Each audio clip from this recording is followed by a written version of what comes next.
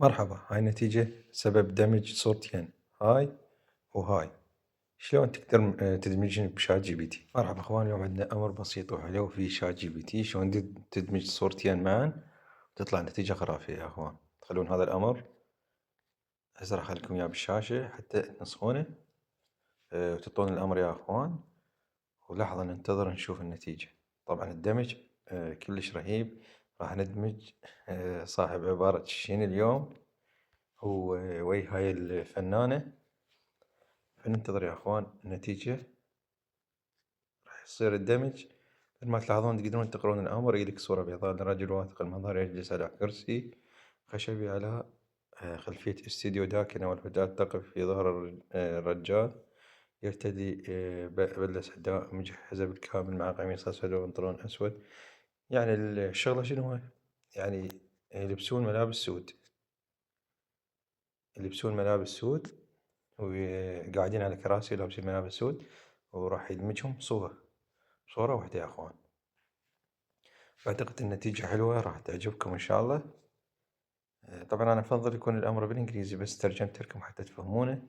انت حسب اللي تحبه تقدر تغير بتفاصيل الامر. هذا الامر يا اخوان،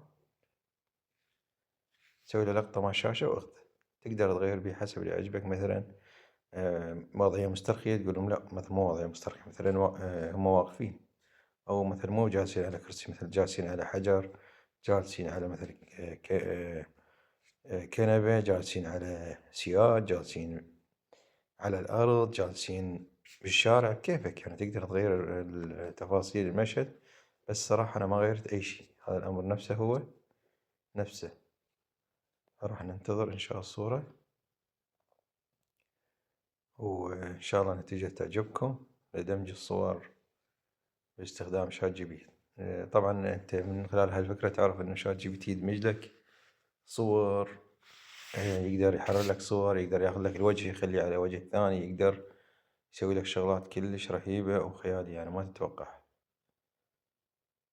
فلحد الآن جاي. طبعا أنا ما قصيت الفيديو، أريد أشوف النتيجة وياكم. هل راح تكون النتيجة يعني تسوى لو ما تسوى؟ شنو تتوقعون؟ راح ننتظر يا أخوان، راح أقص لكم الفيديو وأرجع. مثل ما تشوفون أخوان، هاي هي النتيجة للدمج. طبعا مسوينا شخصية تركية مثل ما تشوفون. هل نطلع لكم الصورة القديمة؟ البنية نفسها، الولد تقريبا نفس التفاصيل، بس شوية معدلين على ملامح الوجه. فإذا عجبكم الشرح تابعونا.